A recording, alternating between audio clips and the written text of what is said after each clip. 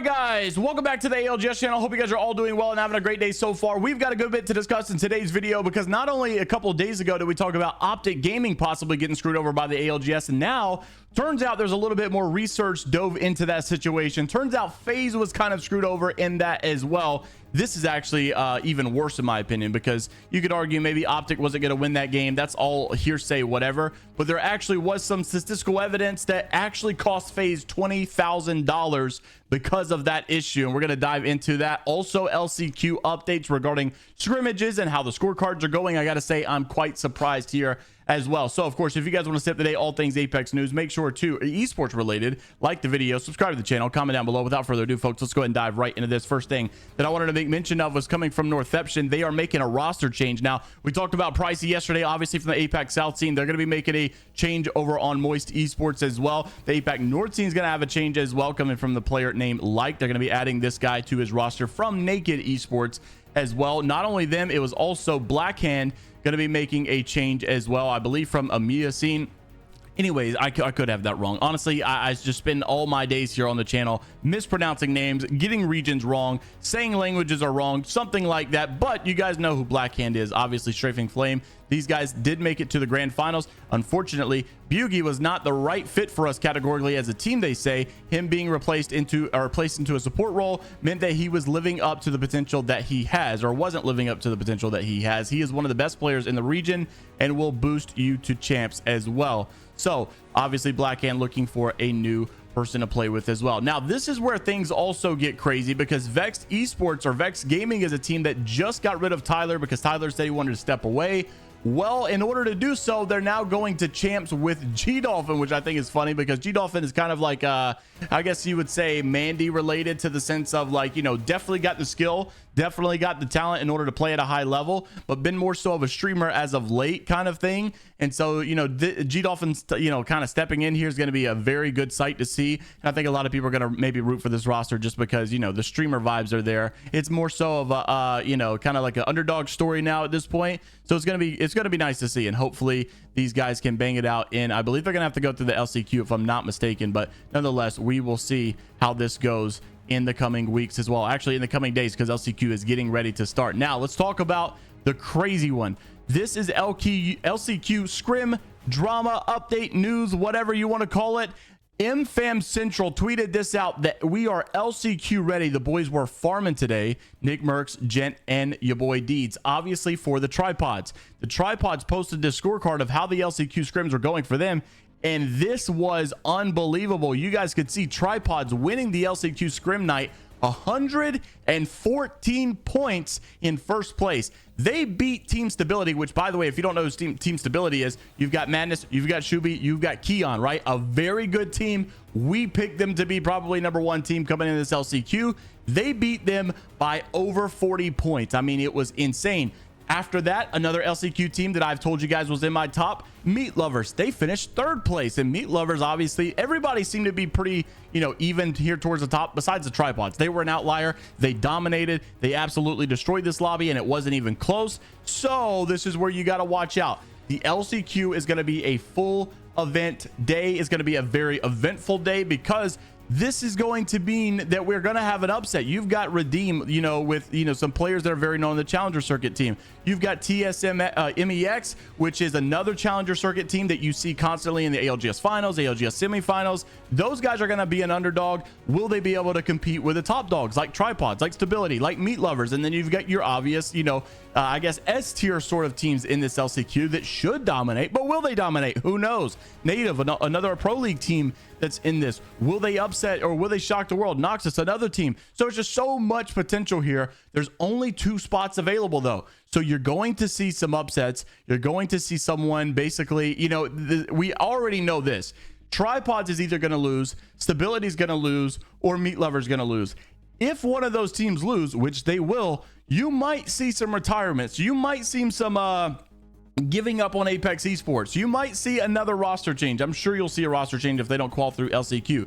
So one of these 3 teams will probably make a change after this LCQ is over, which is just crazy to think about, because that's literally just 3 days away. That's going to be some pretty big news. Also wanted to mention some big drama coming from the ALGS scene in London. Turns out, you guys might remember that video that I posted a couple of days ago. Dropped, basically got his PC frozen in the middle of a game. I think it was like game 4 or something along those lines. He asked the referees for some help, asked them if they could pause the game because they've already done it earlier in the day, and they did not help him at all. He basically had to force himself to die to the zone. I think they got 9th place in that match or whatever, and they did not get to even rotate or play as a team. Obviously, OpTic Gaming felt screwed over in that situation. Turns out someone went into a deeper dive and found out not only was it OpTic, it was FaZe that got screwed over in that situation as well. So Dropped had actually tweeted, the domino effect from me crashing in finals was way more than I thought. Turns out XSET actually got 4th place over FaZe by 1 point by getting the KP from me dying to the zone when I crashed, even though they obviously didn't deserve that kill. He just crashed and they gave him the free kill. So XSET got a free KP there when they really shouldn't have even deserved it.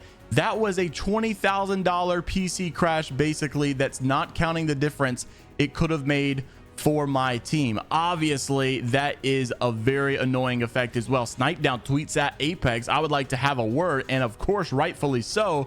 That feels unbelievable.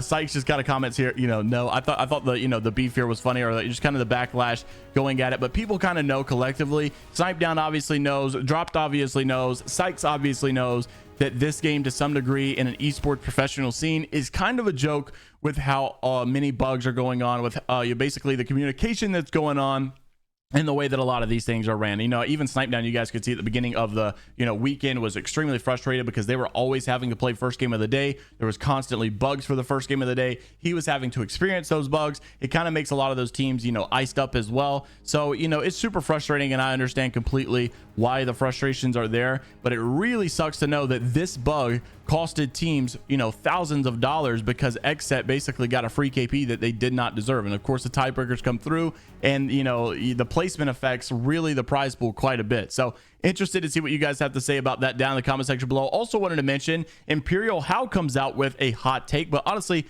I feel like this could possibly be true. And if you don't believe me, I have my proof as to why, or my reasoning as to why, but I know you guys are going to disagree with me, probably dislike the video, but listen, let's just all be a family, and let's just be the siblings that get mad at each other every now and then. But don't hate me for this, because I feel like it is the truth. Hot take: North American Pro League is way harder than LAN Finals. So says ImperialHal. And look at it. It possibly is true. And the reason it probably shouldn't be a hot take is because when you look at the, I think the LAN, or you look at the LAN Finals that you just had for Split 2 playoffs, right? Top 5 teams are all North America. Of the 11 teams from North America that made it into this event, 9 of them made it into the finals. So it's very obvious that North America is a very heavy hitting region. They are a region that is like super top heavy, and it's really hard to beat them compared to EMEA, compared to APAC. I mean, APAC, obviously those guys are really good. APAC North in general plays pretty well. However, I just think when it comes like down to the nitty gritty, it's very obvious North America is the strongest team out there. You could also argue, because of the way that the system is, you don't necessarily have 40 of the best teams going to Split 2 playoffs. You have 40 of the best teams of 11 of the best teams from each region going to those playoffs. So you could really argue that the top 10 from APAC North are nowhere near as good. I mean, I obviously think this is a little bit of a catch. I should probably say EMEA. The top 10 from EMEA are not as good as the bottom 10 of North America. That's the argument basically being presented here. You could say that possibly could be true, considering that North America, by a lot of these pros are saying that, North America Pro League is a lot harder than LAN Finals. You could also use that proof to look at how many people from EMEA made it to the finals, how many teams, from North America made it to the finals. Yes, it is very possibly true that North America Pro League is harder than LAN Finals. And so it's weird to see how exactly this all goes down. Nasky also says that LAN Finals is easier than group stages too. It's kind of weird why they feel that way, but when you see these teams play, it kind of does feel like that's going to some degree as well. Like, it kind of seems like that's being agreed upon all around the board. Even Nocturnal though says North America is just playing around brainless people with undeserved egos. Not really that hot of a take. So basically, you know, Nocturnal has always had this opinion, and we've talked about it on the Apex Lounge channel as well, that North America is just filled with a bunch of brain dead idiots pretty much, and that's why it makes it so much harder to play. So interested to see what you guys have to say about that, and if you agree. If you disagree, if you're from the, you know, EMEA scene, you're like, Jay, you're so North American biased. I feel like I've got proof to be at this point, you know, to some degree. I do respect APAC North a lot more than what I did you know, a couple weeks ago. APAC South, obviously, as long as Moist is there, I think they're a great team to, you know, contend for the title.